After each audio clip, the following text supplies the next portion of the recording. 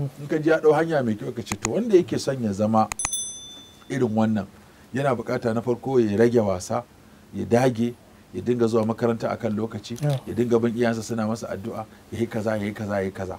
Ka kana nuna masa hanyar da zai bi ya zama abin da yake so ya zama cikin sauki.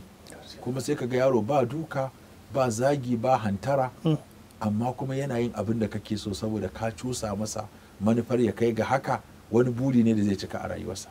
Kuma ka bashi labarin waɗanda suka yi nasara a irin wannan hanyar tasa da kuma waɗanda suka yi najahi akan abin da yake so ya zama su sun zaman, kuma ga irin gudunmawar da suke bawa a ilimi ko a addini ko a rayuwa ko a zamantakewa. To wannan tarbiyya bilkissa din nan yana da tasiri kwarai akan yara. Kuma hiwar din nan tattaunawa, ka ji abin da ke damun yara da kuma abubuwan da suke yi wanda ko akwai kuskure ko akwai daidai a gyara musu, wannan yana yi musu tasiri kuma yana amfanar su wajen abin da ya shafi zamantakewa.